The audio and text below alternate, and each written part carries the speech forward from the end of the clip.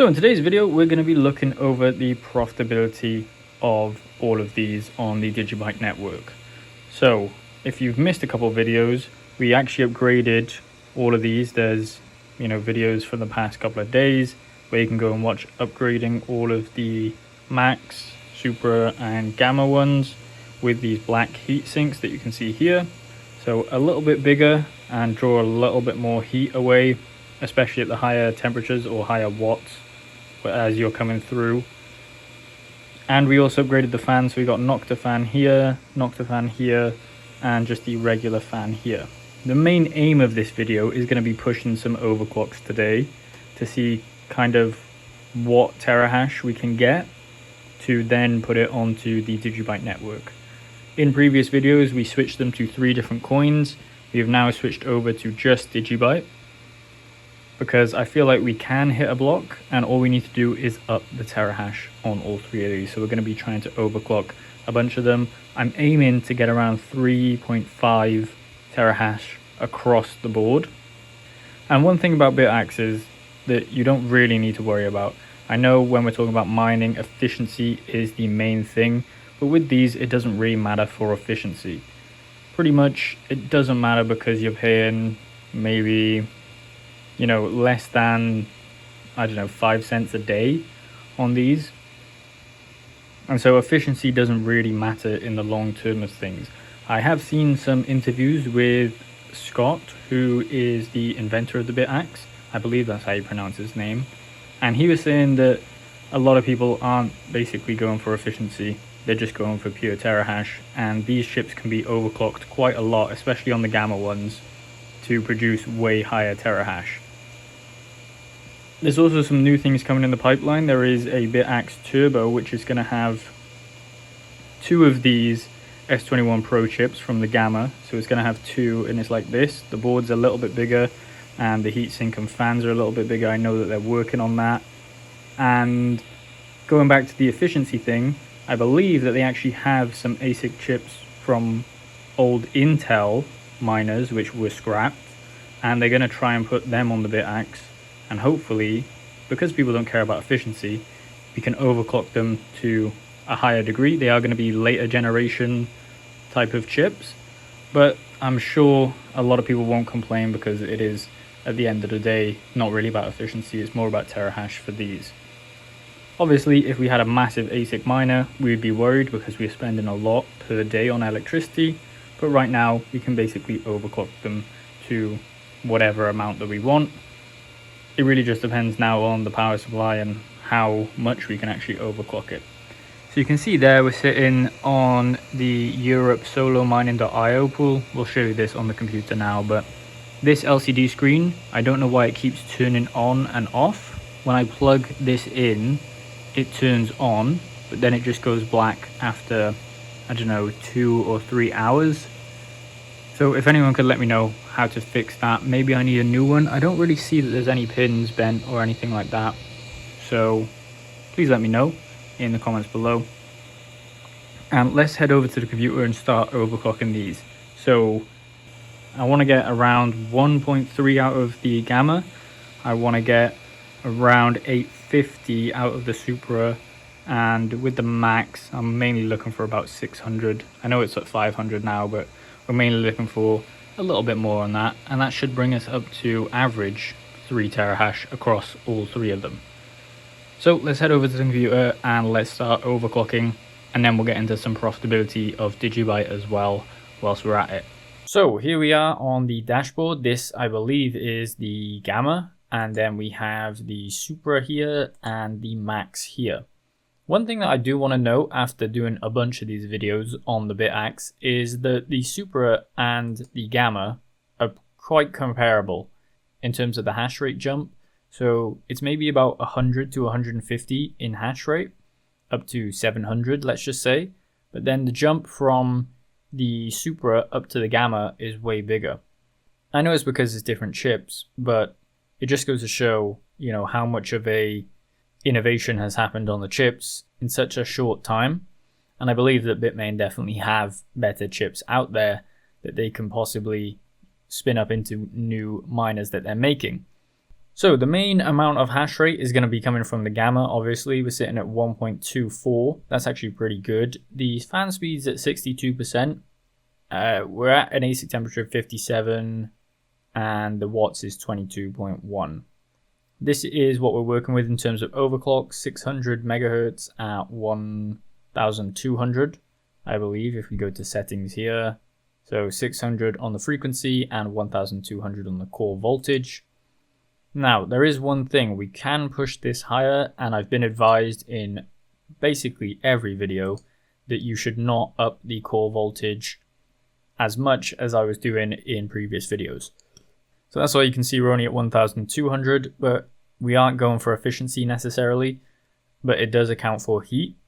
We need to keep the core voltage at a certain amount so it can supply for the frequency to be upped. But we are just going to up this, and we're going to go for kind of a full-blown overclock, more like 700, because we want the main amount of hash rate to come from this chip. I don't expect it from the other ones. I'm going to keep it at 1200 and see if it steadies out. So on dashboard, we might need to up the fans as well. I forgot about that. So you might hear the fans in the background as well, because they are very loud as they're spinning. It hasn't spun up yet, but it's going to restart soon. So I don't know why the fans aren't going. We might need to automatically control them. Oh, there you go. They might be spinning up now. You can hear them in the background. We're at 63 degrees. We want that to kind of come a bit lower. And we are looking for around 1.4. That would be perfect because we can get around 800 from the supra that we're seeing here. That would bring us up to 2200, and then about 600 on top to bring us with the max version. And that's going to bring us out to around 3 terahash. So you can see temperatures are climbing. I was told in other videos as well that 60 degrees is fine, but I would think that, lowering the temperatures would make the chip more efficient. So you should keep it at lower temperatures, but the efficiency is actually okay here. So we're sitting at 1.53. Let's just let the fan do its thing for that one. For the supra, we are going to go into settings here. We have the frequency at the max, and the core voltage is at 1200. When we go back down, so we can automatic fan control this, click save, and go to the dashboard, we're sitting around 750 overall. And so we need it to basically produce 800. So we're going to go and inspect, and we're looking for something just above this. So I'm thinking 610, just because I don't want to overdo it with this, and then up this to about 1220, save and restart. Remember, those Nocta fans are on the supra as well. This is going to get very loud because we are spinning up the fans quite a lot on both of these. So we're expected 7780, which is quite close to our goal. And if we can keep it at that, that's fine. I don't think, and this is what I was going back to in the start of the video, this max is definitely producing a little bit more hash rate. On average, you can see it's about 575, but it does hit up into those 600, 700 gigahash ranges at certain times. If we could keep it steady at that, that would be amazing, but I don't feel like it is steady at that. The overclocks that we're using is 625 custom, and then core voltage 1750. Weirdly enough, when I do that same settings for the supra, now I don't know if a chip should be able to handle more frequency or not. I'm not that in-depth in terms of the knowledge, but I'm assuming that it should handle that frequency. But going back to it, the supra just can't handle those same overclocks, and I don't know why. I thought with an older chip, you'd be able to do less overclocking necessarily, but this seems to be a good frequency and core voltage for the max currently. It sits mainly at around 600 gigahash, which is 50 more than expected overall across the board. So let's just grab our calculator out here and let's see. So we have 1.4 on the gamma, and then we plus 778, which is going to be 778, and then we plus 558. And that brings us up to around 2,737.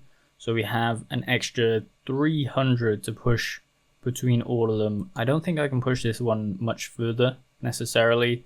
We are sitting at an average of 1.5 though, so we've already gained around 100 gigahash there. On this one, we're sitting below the average, so we've actually minus 100 gigahash. And then on the max, I'd say we're sitting at 600 again. So overall, I think we have around 200 gigahash to play with in terms of getting 200 gigahash, but it looks like the gamma is kind of helping or assisting with that. Now, 3 terahash is just kind of an arbitrary number because it's close to what we can actually get up to. It doesn't necessarily mean that all of them are going to play well together in terms of they're not all going to be hashing at those maximum hash rates. For example, this is 1.64, better than expected, but this one is 622, but sometimes it might go up to, I don't know, 800, but they're not all going to be in tandem with each other. So it does say that the voltage just went low then, if you've seen that, so maybe we actually just need to take it down and up this a little bit. Let's see what it gives us as expected. So you can see that it just turned off then. So it gives us 1.27. So we're just going to let that run. I think we want to keep it from basically burning out. So I don't really want it to go too high. And we need to do some further adaptations to all of them across the board to try get this up to 3 terahash on a steady rate.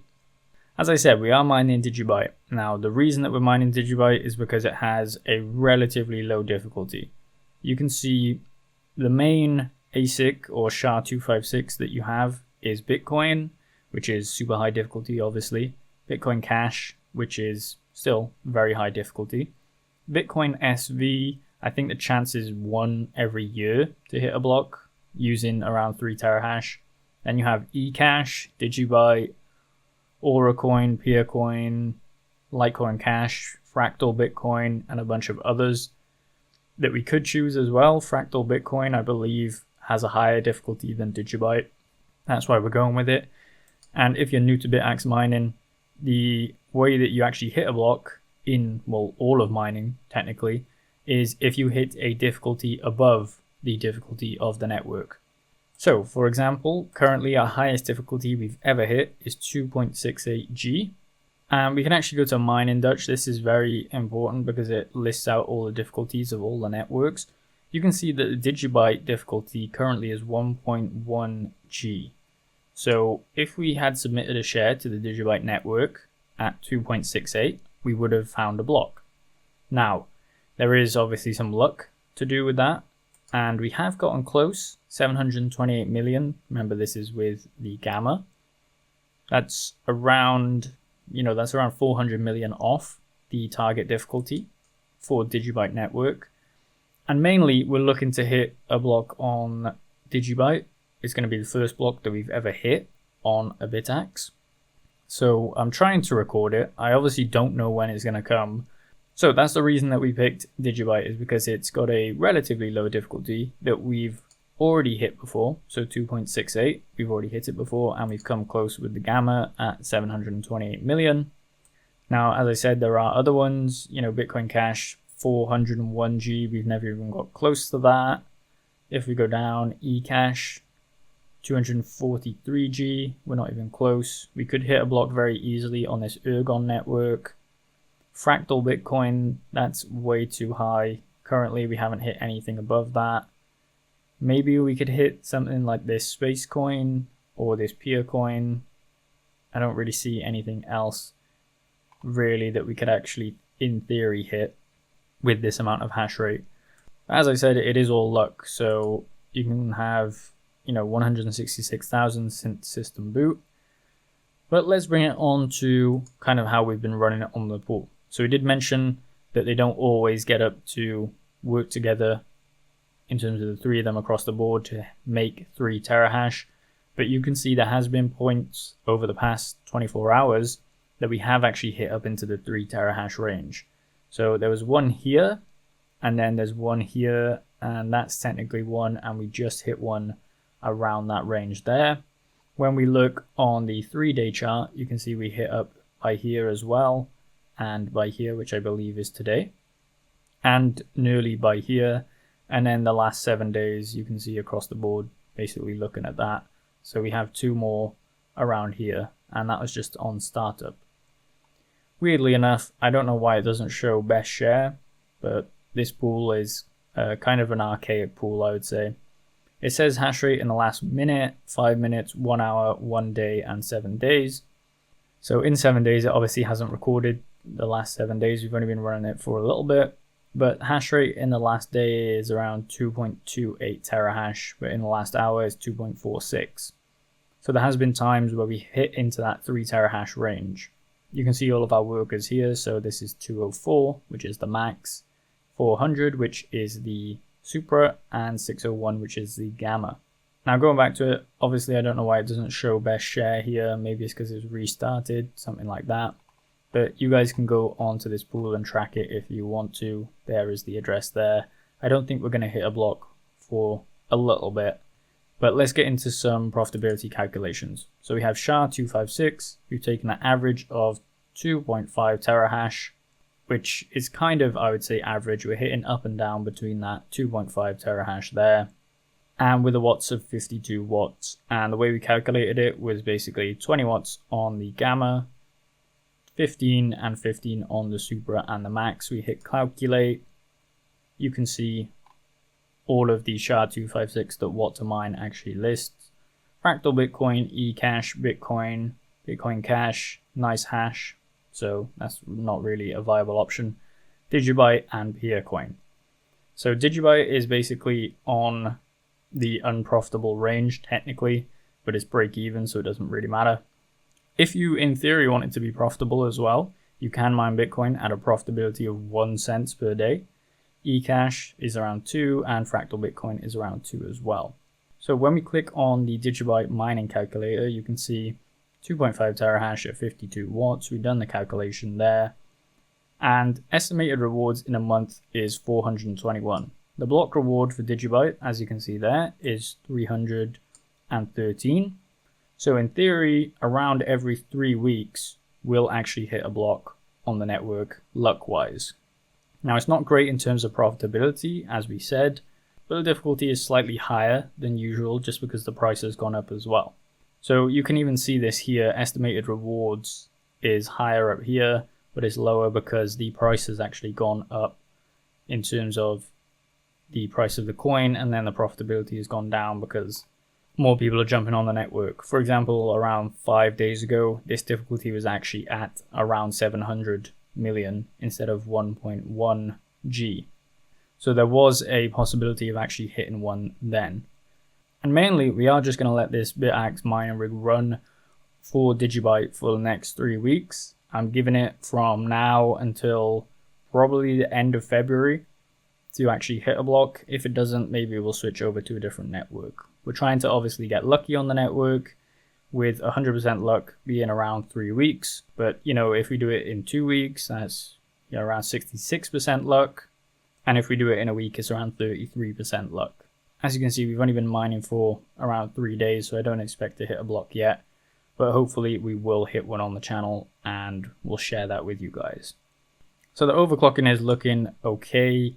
Obviously, let me know in the comments if you have your best overclocks. I basically want to do a video testing out, viewers' overclocks on their machines. So if you have any overclocks for the BitAxe Max, BitAxe Supra, or BitAxe Gamma, please let me know. Let me know what you're working with in terms of the frequency and the voltage, but also let me know if you have any upgrades on them as well. So in terms of heat sinks, fans, if it's immersion, maybe. So let me know that as well, so we can kind of counteract it when we come to viewing fans overclocks or doing a video like that. So I'd like your input. If you could leave it in the comments, that's great. And we'll do kind of a video testing out overclocks. If not, join the Mindshare Discord. I'm going to be asking a question in there, link in the description for that, where I'm going to be asking for overclocks for all of these machines, and we're going to be testing them out in a video. So make sure you like the video, subscribe for more content like this, and I'll see you in the next one.